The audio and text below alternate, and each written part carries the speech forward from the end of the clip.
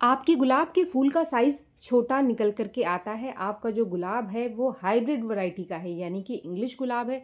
फिर भी इसके जो फूलों का साइज़ है वो बहुत ही छोटा निकल कर के आता है। इसकी जो कलियां हैं वो बहुत छोटी बनती हैं, या फिर फूल पूरा खिलता ही नहीं है, छोटा छोटा ही खिलता है, या फिर कली पूरी खिलती नहीं है। तो ये सारी कंडीशन क्यों बनती है गुलाब के ऊपर?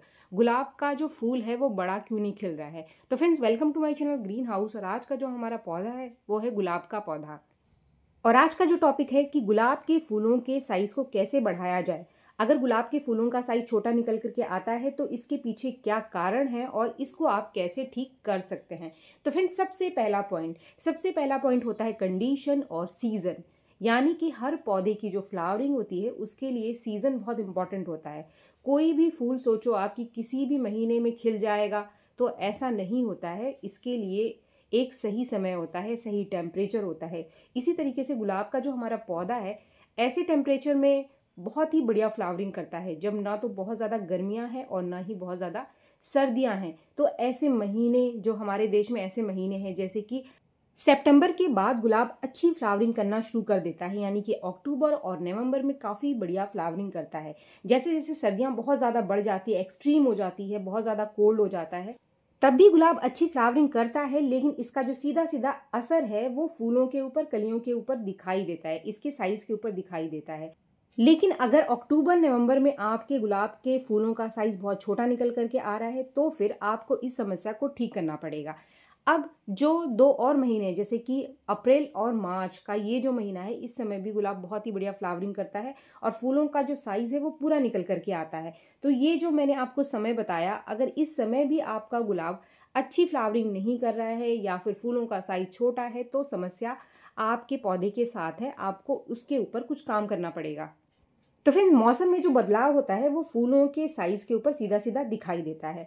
तो अगर आपके फूलों का साइज़ कभी छोटा हो रहा है, कभी बड़ा हो रहा है, तो ये होता है मौसम में बदलाव की वजह से। अब जो दूसरी चीज़ है वो है फूलों की वैरायटी। अगर आपके गुलाब के पौधे की जो वैरायटी है वो हाइब्रिड वैरायटी है तो फिर गुलाब पूरा साइज़ का खिलेगा। खास तौर पे जो मैंने आपको ये 4 महीने बताए, नवंबर में जो हाइब्रिड गुलाब है वो बहुत ही बढ़िया साइज़ का खिलेगा, पूरे साइज़ का खिलेगा, अच्छा कलर निकल कर के आएगा। इसी तरीके से जो कुछ मिनिएचर वैरायटी के गुलाब होते हैं, इनमें आपको गुच्छों में फूल मिलेंगे, लेकिन इसके जो फूलों का साइज़ होता है वो छोटा निकल कर के आता है। तो ये इनकी वैरायटी है। कुछ हाइब्रिड गुलाब भी होते हैं जिनकी जो वैरायटी है ऐसी होती है कि उनके फूलों का साइज़ छोटा निकल कर के आता है। तो इसीलिए जब भी आप गुलाब के पौधे को खरीदते हैं तो फूल खिला हुआ देखकर ही खरीदें, क्योंकि पौधा आपका जिस वैरायटी का होगा उसी तरीके का वो फूल देगा, चाहे आप उसके ऊपर कोई भी काम करो। आप मिनिएचर वैरायटी का फूल लेकर आओगे और आप सोचोगे कि आपका गुलाब खिले हाइब्रिड वैरायटी की तरह, तो ऐसा नहीं होता है। देसी गुलाब के जो फूल है इनके साइज भी छोटे निकल करके आते हैं, क्योंकि जो देसी गुलाब है ये भी गुच्छों में निकल करके आता है। तो जब एक से ज़्यादा कलियां एक ही ब्रांच पर बनती हैं तो ऐसे गुलाब के जो फूल होते हैं वो छोटे निकल करके आते हैं। आप खुद से देखेंगे कि आपके पास अगर कोई हाइब्रिड वैरायटी का यानी इंग्लिश गुलाब है और उसके अंदर गुच्छों में फूल निकल रहे हैं तो फूलों का साइज थोड़ा छोटा मिलेगा। लेकिन अगर एक ही ब्रांच पर एक फूल निकल करके आ रहा है तो फूलों का साइज आपको बड़ा मिलेगा। तो फ्रेंड्स, ये जो दो पॉइंट है कि पौधे की वैरायटी और कंडीशन, कंडीशन आपके हाथ में नहीं है, पौधे की वैरायटी आपके हाथ में है। तो आप अच्छी वैरायटी का हाइब्रिड गुलाब लें अगर आप बड़े फूलों वाले पौधे को या बड़े फूल चाहते हैं अपने गुलाब के पौधे के ऊपर। अब आगे की जो कंडीशन मैं आपको बता रही हूँ, यानी आगे के जो पॉइंट्स मैं आपको बता रही हूँ, वो डिपेंड करता है आपके ऊपर, आप अपने पौधे की केयर कैसे कर रहे हैं। तो इसमें जो सबसे पहला पॉइंट आता है कि अगर अच्छा मौसम चल रहा है, गुलाब के फेवर में मौसम है, गुलाब का ग्रोइंग टाइम चल रहा है, फिर भी गुलाब का पौधा छोटे फूल बना रहा है, कलियां छोटी निकल करके आ रही हैं या फिर कलियां पूरी तरीके से खिल नहीं पा रही हैं, तो इसका मतलब आपके गुलाब के पौधे को जितनी धूप चाहिए उतनी धूप आपके पौधे को नहीं मिल रही है, जो कि बहुत ज़रूरी है। ख़ास तौर पे सर्दियों में गुलाब के पौधे को, अगर आप बड़ा फूल लेना चाहते हैं गुलाब के पौधे से, कलियों को बड़ा बनाना चाहते हैं, इसका ग्रोथ बढ़ाना चाहते हैं, तो फिर इसको धूप में रखना बहुत ज़रूरी है। बिना धूप के सर्दियों में आपको कोई भी ना तो बहुत ज़्यादा ग्रोथ मिलेगी और ना ही अच्छी फ्लावरिंग या फिर बड़े फूल मिलेंगे। दूसरा पॉइंट है मिट्टी को मॉइस्ट बना करके रखना। सर्दियां हैं, इसका मतलब ये नहीं कि मिट्टी को आप पूरी तरीके से सुखा दो।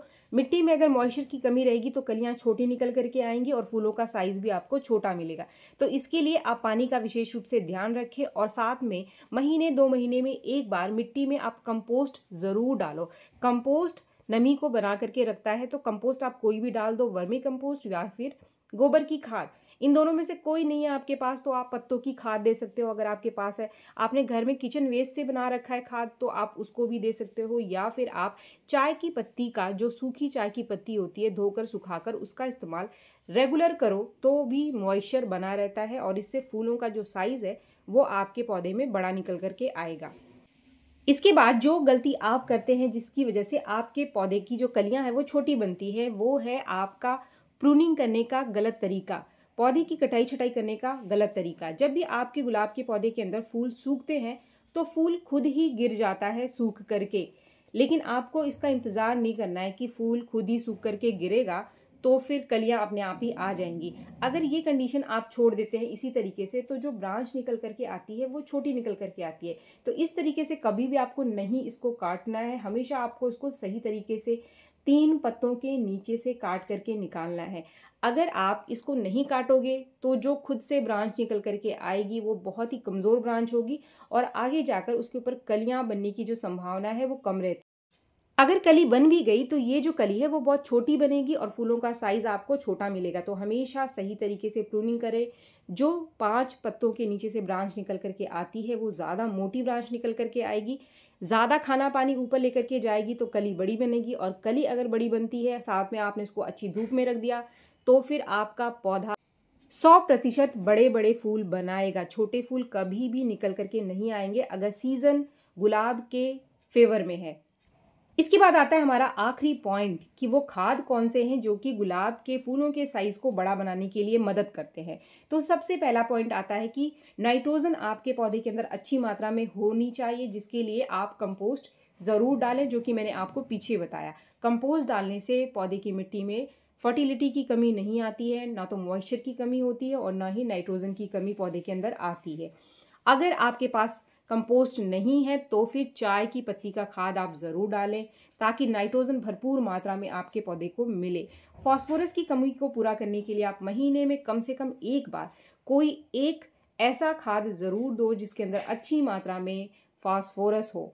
इसके लिए आप कोई एक खाद अपने पास ज़रूर रखें अगर आपके पास बहुत सारे पौधे हैं।